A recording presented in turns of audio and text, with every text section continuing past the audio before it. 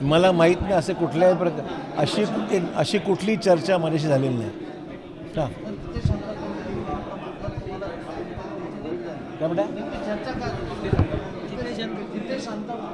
आणि काय चर्चा काहीच नाही, या विषयावर चर्चा काही नाही. अनेक वेळा भेटतात ना, अनेक लोक मला इतर पक्षातही भेटतात, काँग्रेसचे जुने सरकारी भेटतात.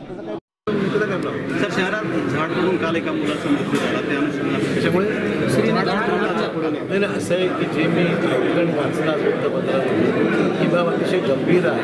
महानगरपालिकेने शहरामध्ये वाढलेली झाडं आहेत ती थोडी छाटली पाहिजे आणि लोकांना जीवाला धोका होऊ नये त्या ठिकाणी योग्य ती कारवाई केली पाहिजे. अशा कारणास्तव राज्यामध्ये मृत्यू मुंबईमध्ये झालेले आहेत. माझं एवढंच आहे की जो ज्या मुलाचा मृत्यू झालेला आहे त्या ठिकाणी वडिलांची मी दुःख समजू शकतो आणि जे या आम्हाला जबाबदार आहे त्यांच्यावर कारवाई झाली पाहिजे असं माझं मत आहे. त्या संदर्भात खूप ओरड सुरू आहे शहरामध्ये, त्यासोबत आपण पाठपुरावा करतो. कामं राज्यामध्ये सत्ता बदल झाल्यानंतर ती कामं थोडीशी मंदावलेली आहे, ती गोष्ट खरी आहे.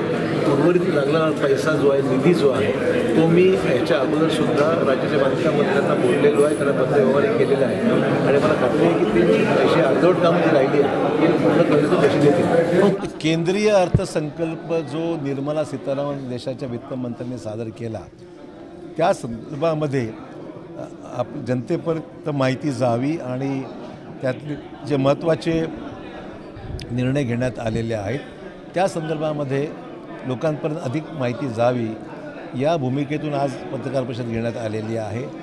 हा अर्थसंकल्प सर्वसमावेशक आहे.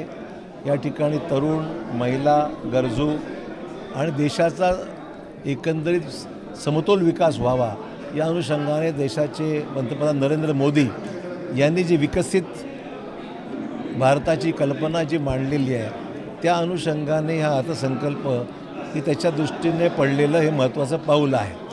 आणि त्यामुळे या अर्थसंकल्पाच्या माध्यमातून रोजगार निर्मिती, गुंतवणूक महाराष्ट्रात यावी, पायाभूत सुविधा अधिक निर्माण व्हाव्या, शेतकऱ्यांना त्याचा अधिक लाभ व्हावा.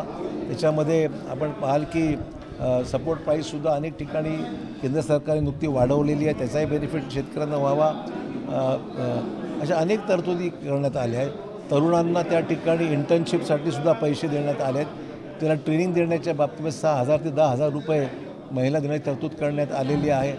ती योजना राज्य शासनाने घातलेल्या योजना, मग ती लाडकी बहीणची योजना असो, गॅस सिलेंडरच्या संदर्भातलं तरतूद असो, 7-7.5 HP पर्यंत विद्युत कुठल्याही प्रकारची आकारणी न करण्याचा निर्णय असो, तर मला वाटतं की राज्य सरकार महायुतीचं असो किंवा केंद्रातलं सरकार NDA सरकार असो, त्या दोघांच्या माध्यमातून देशासाठी प्रगतीच्या दृष्टीने एक महत्त्वपूर्ण पाऊल त्यात टाकण्यात आलेलं आहे आणि त्याचा लाभ जनतेपर्यंत पोहोचवणं ही आम्हा सर्वांची जबाबदारी आहे. लोकांपर्यंत अधिक माहिती व्हावी आणि त्याची अंमलबजावणी व्यवस्थित व्हावी महाराष्ट्रामध्ये या अनुषंगाने आजचे पत्रकार परिषद करण्यात आलेली आहे.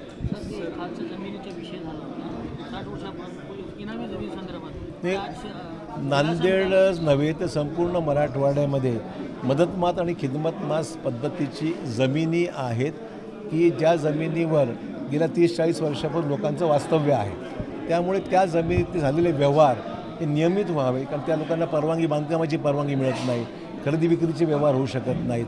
अशा प्रकारचा प्रश्न नांदेड जिल्ह्यामध्ये निर्माण झाला होता आणि त्या अनुषंगाने आम्ही मुख्यमंत्र्यांना, महसूल मंत्र्यांना, उपमुख्यमंत्र्यांना विनंती केली होती की रेग्युलराईज झालं पाहिजे. काय आकारणी करायची ते पैसे आपण आकारा, पण निर्णय घ्या. त्यामुळे आज त्याच्यावर चर्चा साधक बाधक झालेली आहे आणि तशा प्रकारचा मंत्रिमंडळाचा प्रस्ताव हा मंजूर झाला अशा अपेक्षित आहे. साहेब, महसूल मंत्री राधाकृष्ण विखे पाटील यांनी सर्वसामान्य नागरिकांना आणि घरकुल लाभधारकांना रेती दरामध्ये मिळावी यासाठी नवीन GR काढला आहे, पण तसं न होता देगलूर बिलोली तालुक्यातील रेती ही तेलंगणा, कर्नाटक, कोल्हापूर, लातूर या जिल्ह्यामध्ये जात आहे. याकडे प्रशासनाने दुर्लक्ष केलं. काय व्हायचं? आम्ही त्याच्यामध्ये लक्ष देऊ आणि अशा प्रकारचे गैरप्रकार जर होत असतील तर जिल्हाधिकाऱ्यांना सांगून त्याला प्रतिबंध केला पाहिजे. रेती ही उपलब्ध झाली पाहिजे.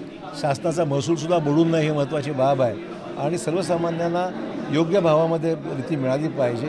जर ती इतर राज्यात जाऊन वारेमाप पैसे कमवण्याचं काम जर कोणी करत असेल आणि बेकायदेशीरपणे जर कोणी याचा दुरुपयोग करत असेल तर त्याच्यावर कारवाई निश्चित केली पाहिजे.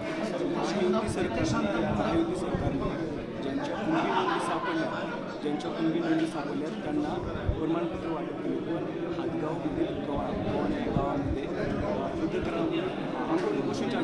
मला वाटतं हे दुसरा एक प्रश्न, नायगाव विधानसभा मतदारसंघामध्ये आज निर्धार बैठक पार पडली सकल मराठा समाजाची आणि तीव्र आंदोलन करण्याचा इशारा कशा बाबतीमध्ये या मराठा आरक्षणाच्या बाबतीमध्ये. नाही, मराठा आरक्षणासंदर्भामध्ये जे गैरसमज आहे ते खऱ्या अर्थाने दूर झाले पाहिजेत. लोकांनाही सांगण्याची गरज आहे किंवा समजण्याची गरज आहे की 10% आरक्षण महाराष्ट्रामध्ये लागू झालेलं आहे. नोकरी देण्यामध्ये सुद्धा मग ते MSCBची असो, पोलीस भरती असो, सगळीकडे जाहिरातीमध्ये 10% SCBCला नोकऱ्या देऊ लागल्या. ती प्रक्रिया सध्या सुरू आहे. राज्यामध्ये ॲडमिशन्ससुद्धा देण्यासाठी 10% आरक्षण देण्यात आलेलं आहे. कुणबी प्रमाणपत्र ज्यांच्या नोंदी आढळल्या त्यांना कुणबी प्रमाणपत्र दिलं जात आहे. त्यामुळे आरक्षणासंदर्भामध्ये गैरसमज जो आहे तो दूर झाला पाहिजे आणि वास्तव लोकांना सांगण्याचं काम हे आपण सर्वांनी केलं पाहिजे. उलट चांगलं काम चाललं आहे आणि जो प्रलंबित प्रश्न आहे त्याचा पाठपुरावा केला पाहिजे. ते जलजीवन मिशनचं काम सर्वत्र राज्यामध्ये सुरू आहे. मग त्याला गती देऊन ज्या कामाला पूर्णत्वास नेणं महत्त्वाचं आहे. नांदेडमध्ये सुद्धा हे काम चालू आहे, परंतु त्याला पूर्णत्वास नेण्याकरता आपण अधिक गती देण्याची गरज आहे. आणि म्हणून ही बाब मी उपमुख्यमंत्र्यांच्या निर्णयास आणून दिली. राज्यसभेच्या प्रश्नाच्या माध्यमातून मी केंद्रीय मंत्र्यांना अवगत केलं आहे की ह्याला लक्ष देण्याची गरज आहे आणि त्या दृष्टीने केंद्राने लक्ष दिलं आहे आणि मला खात्री आहे जे काय काम उर्वरित राहिलेलं आहे ते लवकर पूर्ण होईल. ठीक आहे ना, जर कामं होत नसतील तर कारवाई केली पाहिजे.